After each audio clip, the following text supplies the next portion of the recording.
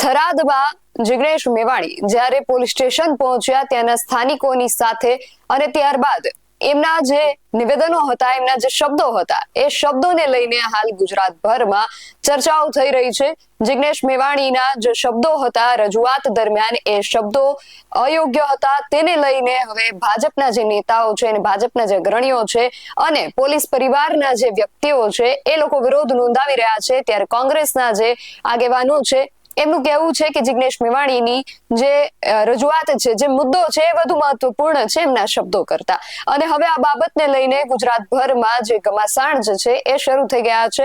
ત્યારે ગુજરાતના જે ડીજીપી છે વિકાસ સહાય, એમણે જિગ્નેશ મેવાણીના આ જે નિવેદનો છે એમને લઈને જે ચર્ચાઓ થઈ રહી છે એને લઈને જવાબ આપ્યો છે. તો સામે હવે જિગ્નેશ મેવાણીએ પણ ડીજીપી વિકાસ સહાયની એ વાતનો વળતો જવાબ પણ આપ્યો છે. એક તરફ પોલીસ અધિકારી છે અને એક તરફ ધારાસભ્ય છે. આ બંને હવે જાણે સામસામે થઈ ગયા હોય તેવા ઘાટ સર્જાયા છે. શું છે સમગ્ર વિગત જાણીએ અહેવાલમાં. જય હિન્દ, BSI TV ન્યૂઝ પર આપની સાથે હું છું નિધિ ગઢવી. જિગ્નેશ મેવાણીનું દારૂના મુદ્દાને લઈને જે રજૂઆત હતી ને જે નિવેદન હતું તેને લઈને અત્યારે ગુજરાતભરમાં ચર્ચાઓ થઈ રહી છે. અમુકનું કહેવું છે કે જિગ્નેશ મેવાણીની જે વાત હતી, જે મુદ્દો હતો એ ખૂબ સાચો છે. અમુક લોકોનું એવું કહેવું છે કે એમની રજૂઆત તો સાચી હતી, પરંતુ એમની રજૂઆત કરવાની જે રીત હતી, રજૂઆત દરમિયાન જે શબ્દ પ્રયોગ એમણે જે કર્યો એ ખોટો હતો. જાહેર જીવનમાં અને જનપ્રતિનિધિ પર આવા શબ્દ પ્રયોગ શોભા નથી દેતા. તેને લઈને હવે ગુજરાતભરમાં ચર્ચાઓ થઈ રહી છે. કોણ સાચું કોણ ખોટું તેને લઈને પણ ઘણી બધી જગ્યાએ ચર્ચાઓ થઈ રહી છે. આવામાં હવે ગુજરાતના જે પોલીસ વડા છે ડીજીપી વિકાસ સહાય, તેમણે એક કાર્યક્રમ દરમિયાન આડકતરી રીતે જિગ્નેશ મેવાણીનું નામ લીધા વગર જ્યારે પોલીસ મિત્રોને સંબોધી રહ્યા હતા ત્યારે એમણે એક આડકતરો જવાબ જિગ્નેશ મેવાણીને આપ્યો છે. સૌથી પહેલા તો તેમને સાંભળીએ, પછી આગળ વાત કરીએ. અને જો ભૂલ કોઈ વ્યક્તિ કરે, કોઈ અધિકારી કરે, કોઈ કર્મચારી કરે તો એને નશ્વર કરવા માટે અમે લોકો બેઠા છીએ. ડિપાર્ટમેન્ટના લોકો છે, પણ ડિપાર્ટમેન્ટના બહારના કોઈ વ્યક્તિ મારા અધિકારીના કર્મચારીને કોઈ કહી જાય, તમારા અધિકારી કર્મચારીને કંઈ કહી જાય તો એ ટોલરેટ કરવાની કઈ જરૂર નથી. You are the leader of the force.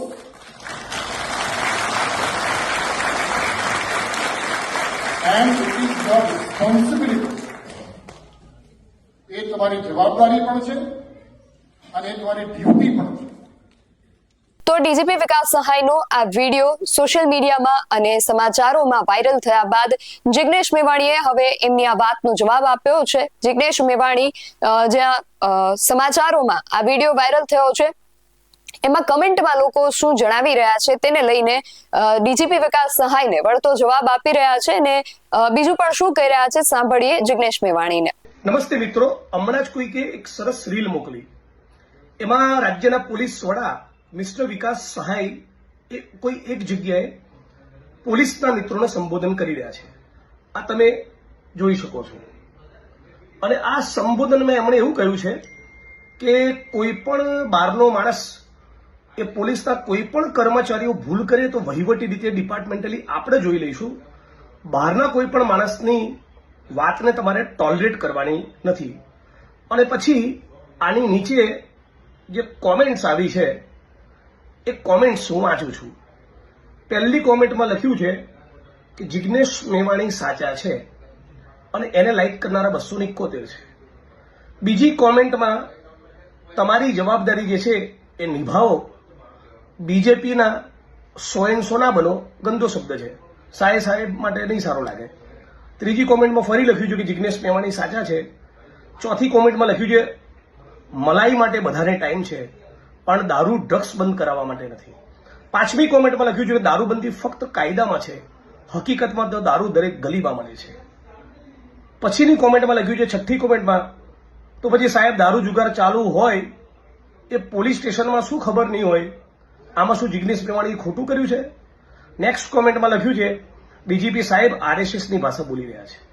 એના પછીની કોમેન્ટમાં લખ્યું છે ઈમાનદાર નેતાઓને મેવાણીના શબ્દોથી તકલીફ થાય એ સ્વાભાવિક છે. એના પછીની કોમેન્ટમાં લખ્યું છે તમારું નથી દેખાતું, એ ભાઈએ જે કીધું એ કરી બતાવો ને મારા વિશે.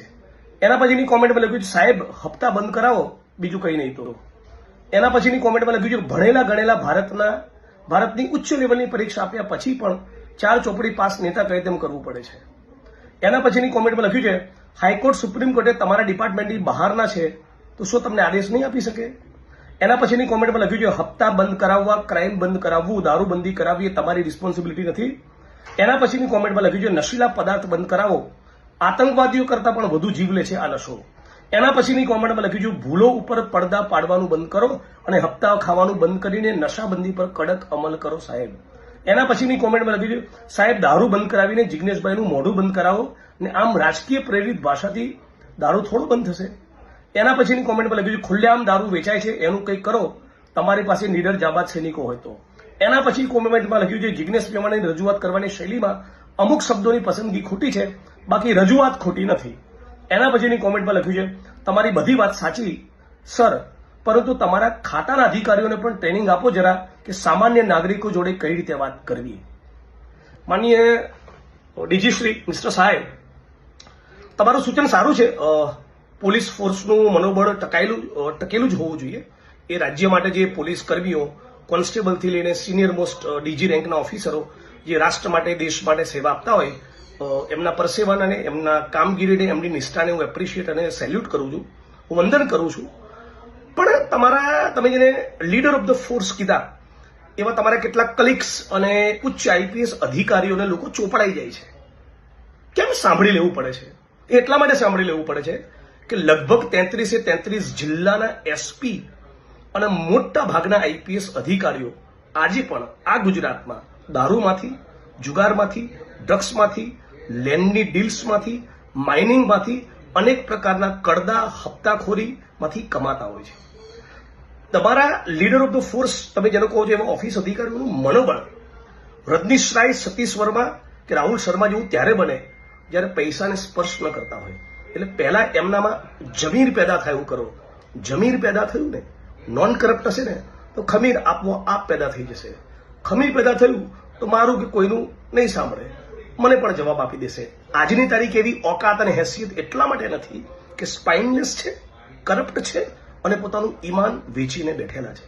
સાહેબ, તમે તો જાણતા જ હશો, ડીજી છો રાજ્યના, નામ પણ વિકાસ સહાય છે. ઈચ્છું છું સહાય કરું ગુજરાતની જનતાની અને ડ્રગ્સ અને દારૂ બંધ થાય એટલું કરી આપો. ધન્યવાદ. તો હવે આ જે મુદ્દો છે એ સામસામો થઈ ગયો છે. ઘણા પોલીસ પરિવારના જે લોકો છે એ લોકો જિગ્નેશ મેવાણીનો વિરોધ નોંધાવી રહ્યા છે. જિગ્નેશ મેવાણીના જે સમર્થકો છે એમનું કહેવું છે કે એમની વાત સાચી છે ને ગુજરાતની અંદર દારૂબંધી વાળા આ ગુજરાતમાં દારૂ અને ડ્રગ્સ વેચાય છે એ પોલીસ માટે ખૂબ શરમજનક બાબત છે ને એના પર ખરેખર પોલીસે કાર્યવાહી કરવી જોઈએ, જે નથી થઈ રહી. તો આ જે મુદ્દો છે એમાં કોણ સાચું કોણ ખોટું તેને લઈને પણ અત્યારે ઘણી ચર્ચાઓ જાગી છે. તમારું આ વિષયને લઈને શું માનવું છે? કોણ આમાં સાચું છે, કોણ ખોટું છે, કઈ વાત સાચી છે, કઈ વાત ખોટી છે, અમને કમેન્ટ કરીને ચોક્કસથી જણાવજો. આવા જ વધુ અહેવાલો સાથે મળતા રહીશું. તમે મારી યુટ્યુબ ચેનલને સબસ્ક્રાઇબ કરવાનું અને અમને ફેસબુક અને ઇન્સ્ટાગ્રામ પર ફોલો કરવાનું ભૂલશો નહીં. બાકી નવી અપડેટ્સ માટે આપ જોતા રહો PSI TV ન્યૂઝ. નમસ્કાર.